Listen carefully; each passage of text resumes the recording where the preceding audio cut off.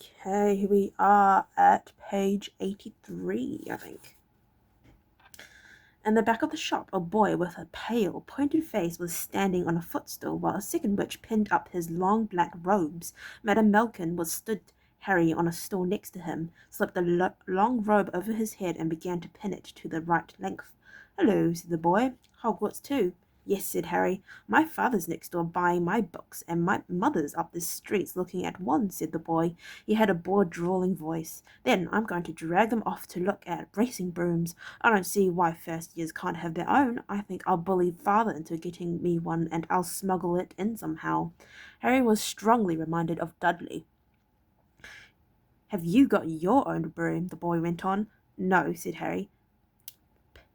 "Play Quidditch at all?" "No," Harry said again, wondering what on earth Quidditch could be. "I do. Father says it's a crime if I'm not picked to play for my house, and I must say I agree.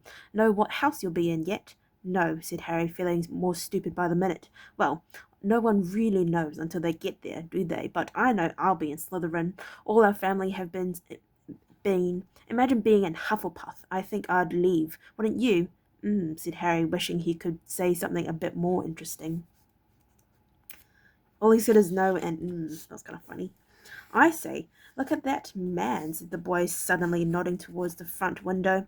Hagrid was standing there, grinning at Harry and pointing at two large ice creams to show he couldn't come in. "That's Hagrid," said Harry, pleased to know something the boy didn't. "He works at Hogwarts."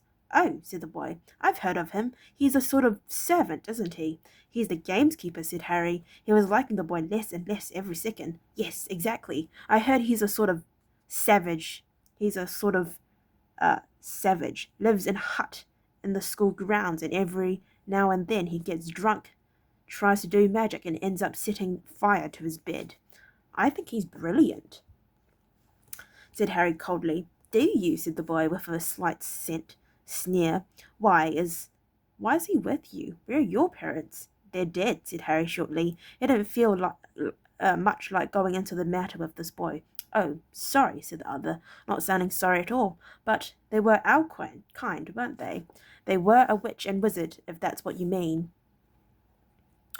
"I really don't think they should let the other sort in, do you? They're just not the same.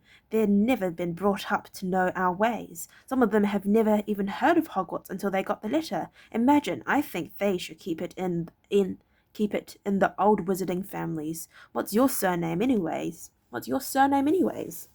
But before Harry could answer, Madame Malcolm said, "That's you done, my dears," and Harry, not sorry for an excuse to stop talking to the boy, hopped down from the footstool. "Well, I'll see you at Hogwarts, I suppose," said the drooling boy. Harry was rather quiet as he ate the ice cream Hagrid had bought him, chocolate and raspberry with chopped nuts. "What's up?" said Hagrid. "Nothing," Harry lied. "They stopped to buy parchment and quills." Harry cheered up a bit when he found a bottle of ink that changed colour as you wrote. When they had left the shop, he said, "Hagrid, what's Quidditch?" "Blimey, Harry, I keep forgetting how little you not know about Quidditch." "Don't make me feel worse," said Harry. He told Hagrid about the boy and Madame Malcolm, and he said people from Muggle families shouldn't even be allowed in. "You're not from a Muggle family. If you'd known who you were, he'd grown up knowing your name if his parents are wizards and folk. You saw him in the Leaky Cauldron. Anyway, what does he know about it? Some of the best I ever saw were the only ones with magic in a long line of muggles. Look at your mum. Look what she look at what she had for a sister." I find it really hard to read what Hagrid is saying. "So what is Quidditch?" "It's our sport, wizard sport. It's like football in the Muggle world. Everyone follows Quidditch, played up in the air on broomsticks, and there's 4 balls, sorta hard to explain the rules." "And what are Slytherins and Hufflepuff?" "School houses. There's 4. Everyone says Hufflepuffs are a lot of duffers, but I bet I'm in Hufflepuff," said Harry gloomily. "Better Hufflepuff than Slytherin," said Hagrid darkly. "There's not a single witch or wizard who went bad who wasn't in Slytherin. You know who was one. You know who was at Hogwarts 10 years ago," said Harry. That bought Harry's school books in a shop called Flourish and blots, where the shelves were stacked to the ceiling with books as large as paving stones bound in leather, books the size of postage stamps and covers of silk, books full of peculiar symbols, and a few books with nothing in them at all. Even Dudley, who never read anything, would have been wild to get his hands on some of these. Hagrid almost had to drag Harry away from curses and counter curses, bewitch your friends, and befuddle your enemies with the latest revenge, hair loss, jelly legs, tongue tire, and much, much more by Professor Vindictus Viridian. I was trying to go find out how to curse Dudley. I'm not saying that's not a good idea, but you're not to use magic in the Muggle world except in very special circumstances, said Hagrid. And anyway, you couldn't work any of them curses yet. You'll need to do a lot more study before you get to that level. Hagrid wouldn't let Harry buy a solid gold cauldron either. It says pewter on your list, but they got a nice set of scales for weighing potion ingredients and a collapsible brass telescope. They then visited the apothecary, which was fascinating enough to make up for its horrible smell, a mixture of bad eggs and rotted cabbage. Barrels of slimy stuff stood on the floor, jars of herbs, dried roots, and bright powders lined the walls. Bundles of feathers, strings of fangs, and snarled claws hung from the ceiling. While Hagrid asked the man behind the counter for a supply of some basic potion ingredients for Harry, Harry himself examined silver unicorn horns at 21 galleons each and minuscule glittery black beetle eyes, 5 nuts a scoop. Outside the apothecary's, Hagrid checked Harry's list again. Just your one left. Oh yeah, and I still haven't got you a birthday present. Harry felt himself go red. You don't have to. I know I don't have to. Tell you what, I'll get your animal, not a toad. Toads went out of fashion years ago. You'd be laughed at, and I don't like cats. They may make me sneeze. I'll get you an owl. All the kids want owls. They're dead useful. Carry your post and everything.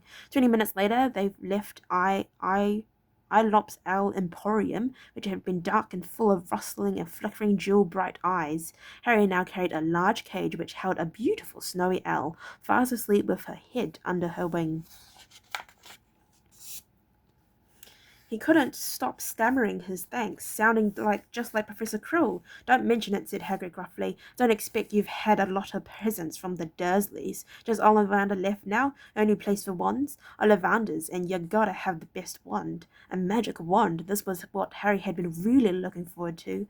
The last shop was narrow and shabby. Peeling old letters over the door read, Ollivander's, makers of fine wands since 382 BC. A single wand lay on a faded purple cushion in this dusty window.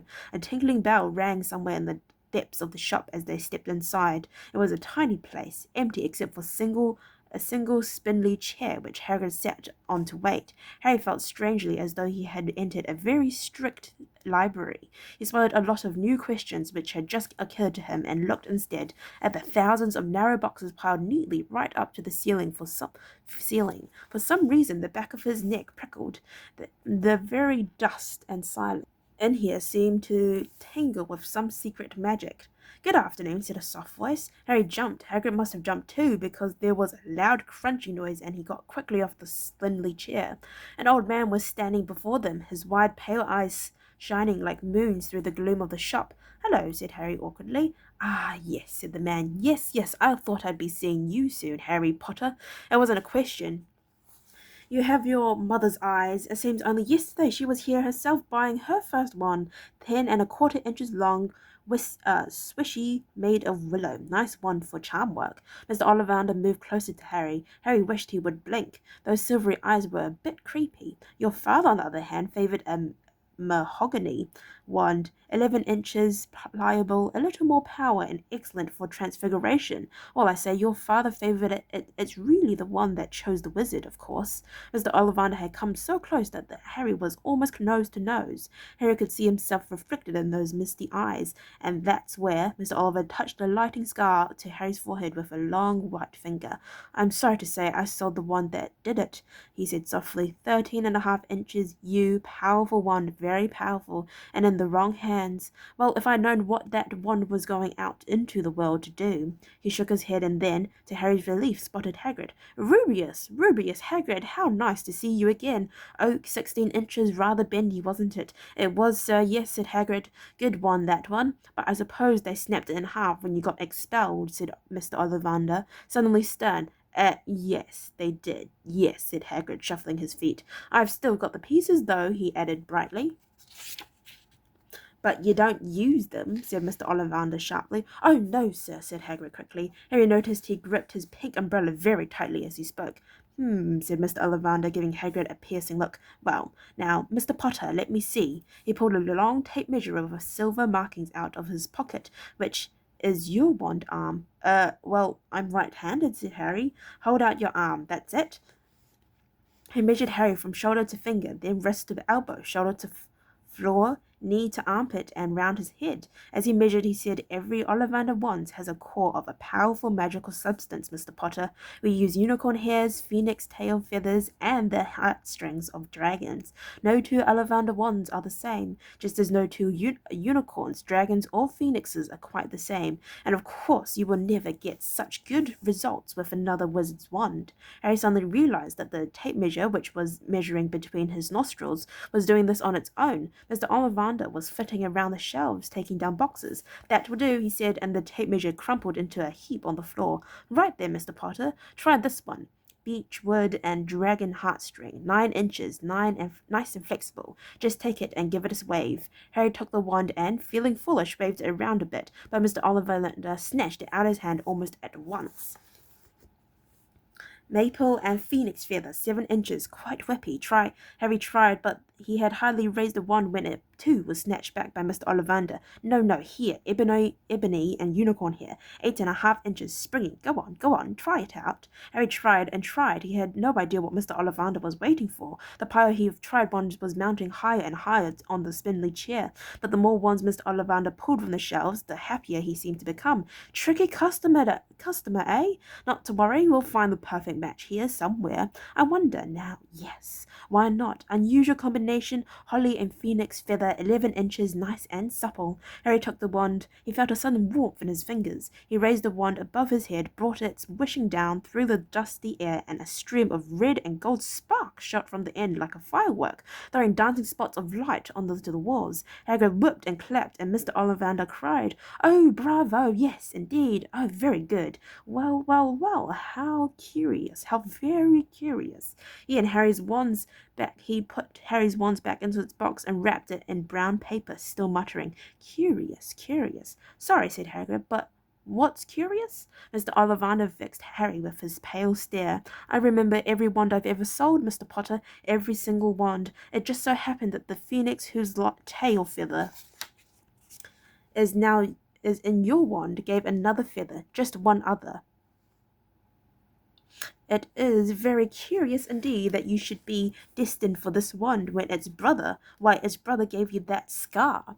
Harry swallowed. Yes, 13.5 inches, you. Curious indeed how these things happened. The wand chooses the wizard, remember. I think we must expect great things from you, Mr. Potter. After all, he who must not be named did great things. Terrible, yes, but great. Harry shivered. He wasn't sure he liked Mr. Ollivander too much.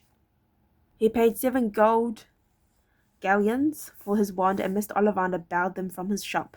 The late afternoon sun hung low in the sky as Harry and Hagrid made their way back down Diagon Alley, back through the wall, back through the leaky cauldron, now empty. Harry didn't speak at all as they walked down the road. He didn't even notice how much people were gawping at them at the underground, laden as they were with all their funny-shaped packages, with the sleeping snowy owl on Harry's lap, up another escalator out into Paddington Station. Harry only realized where they were when Hagrid tapped him on the shoulder. Got time for a bite to eat before your train leaves, he said. He bought Harry a hamburger, and they sat down on plastic seats to eat them. Harry kept looking around. Everything looked so strange. Somehow. You're right, Harry. Very, very quiet, said Hagrid. Alright, I'd like to thank you very much for listening to read up to page 92. If you'd like to listen to me read from page 93 onwards, then please stay posted, and hopefully I'll see you next time. Bye-bye.